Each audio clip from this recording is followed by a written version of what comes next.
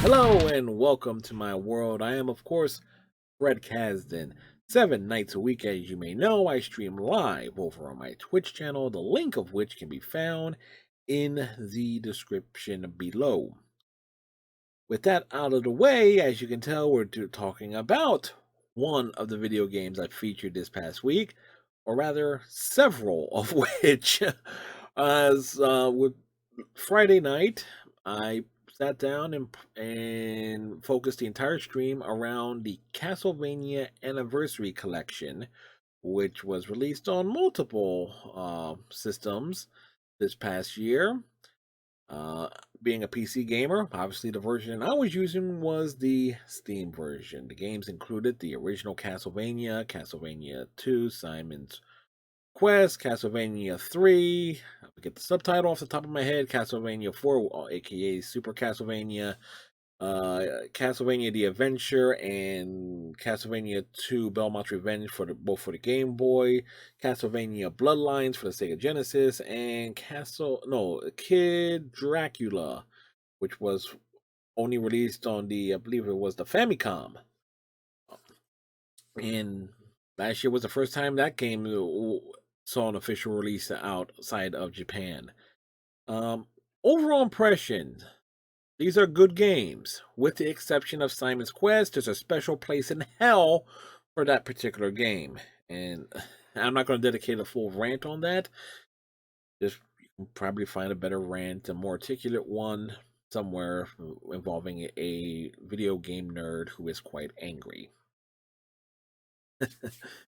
But overall, these are very fun games, very much pick up and play games. They are quite difficult games, particularly the more latter ones. Incidentally, the one I found the easiest was the original Castlevania, and coincidentally, it's the one I like the most, primarily because it was the easiest, and I made it all the way to stage 10. Which meaning I got past the two mummy fight, which is at the end of stage 9. So I saw that, beat it. That clip is on Instagram and Twitter. Uh, now, one thing I appreciate about this collection is a simple fact that Konami realizes the same thing that Capcom realized a few years ago, in that they have a fucking major catalog of games that people have nostalgia for, and in my particular case, never played before. And you hear the legends and see the nostalgia reviews regarding a lot of these games. So sitting down and getting a chance to play them for the first time, try to figure things out, and and and and take it in, and realizing what people were so hyped about, why they love these games. And I have a newfound appreciation for the Castlevania series that clearly I did not have before. With the exception of Simon's Quest, there is a special place in hell for that game. Granted, I did not dedicate a lot of time to it. However, in comparison to the 7 other games in this collection, the one I felt I made the least amount of progress in, or had a clue of what the hell I needed to accomplish, was Simon's Quest. There is a, a difference between cryptic clues and uh and and just assuming people are just going to know what to do and where to go. And Simon's Quest clearly falls into the latter category. It's a game that expects you to know where to go, what to do. And if you don't, the clues are so cryptic, it's like, huh? Oh, it comes down to like the first clue of the game is that I come across in that, and I'm going to get off the Simon Crest tangent here. Is like a first thing you do, purchase a white crystal. Okay, I don't see anything labeled store. Let's go running around trying to find something, and just buy a crystal off of a dude in the street. Didn't even know about that. Um, and that came across it completely by accident. Roamed out of town, and okay, suddenly we're fighting enemies. Day goes to night. The day night cycle is cool, I will admit, but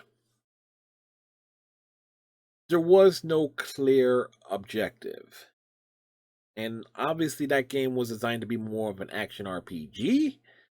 I can appreciate that, but there just wasn't enough there to point me in a direction to realize what was it I was looking to do or to accomplish. The goals were not really well defined for a new player. Yes, I know games are probably limited in what they can do, but still, getting away from Simon's Quest. Graphically, and taking the fact that a lot of these games were released between 1987 and 1995, these games, for the most part, hold up, with a notable exception to that.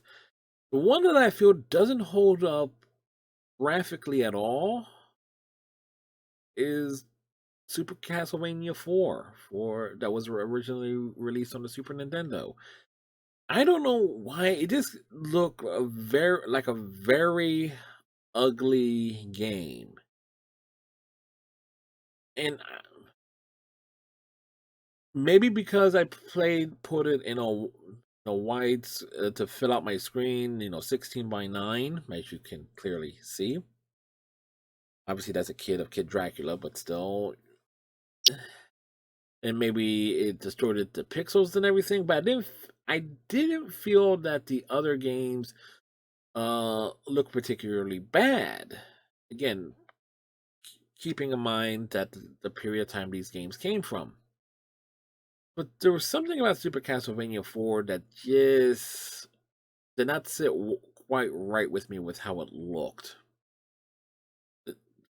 And sadly enough, I want to compare it to Castlevania Bloodlines for the Sega Genesis, which keep it that the Sega Genesis and the Super Nintendo were kind of similar in many respects. The most games look better on the Super Nintendo, particularly if they were the same game. But there was something about Bloodlines, which was released after Super Castlevania. It felt like it just looked better and came across as looking like and feeling like it was a better presented game to me. And that's just my opinion on it. One of the major strengths about the Castlevania series as a whole is the music. The music definitely holds up. And I swear there were some tracks I heard that were either directly homage, they were directly referencing some sort of pop music or something that I felt like I heard somewhere else before prior to playing these games. Now, obviously, everyone knows a lot of music artists kind of do samples and and some of them use music from video games in their uh, on their album cuts and so forth. But there was some tracks here. I think it was. Matter of fact, I know what it was. It was a track for stage 10. That or the start of the fourth block of stages in the original Castlevania. It sounded like something I heard before elsewhere. As you see me plummet to my death there. One of the many times I've done that tonight or last night. Um, but musically, very very good. The tunes definitely hold up. Um, I was really amazed with how good the music on the two Game Boy games did. I'm not sure if those were remastered tracks, uh, or not. because we all know the Game Boy kind of could sound like a screeching little Tiger electronic toy, like at times. But I felt the music was definitely a strength. It kept me invested. It kept me from getting too bored or feeling drained, as way some other platformers do. Um, all so with that said, all in all, I would say I highly recommend picking up the CastleVania Anniversary Collection, regardless of what platform it is. These are great games, and even if you don't beat them or finish them, which I clearly won't be able to do, I don't have the skills or the patience in the long run for that. But just to experience them, that's probably the most important thing, at least in my opinion. So, with that said, I hope you take my little review, rant, and tangents here into consideration in checking out the Castlevania games. And be sure to come over to my Twitch channel. Again, I stream 7 nights a week, the link of which can be found in the description below. And on that note, tighten your friendship bracelets, watch your hang down, have a good night and a great tomorrow, and we'll see you all next time.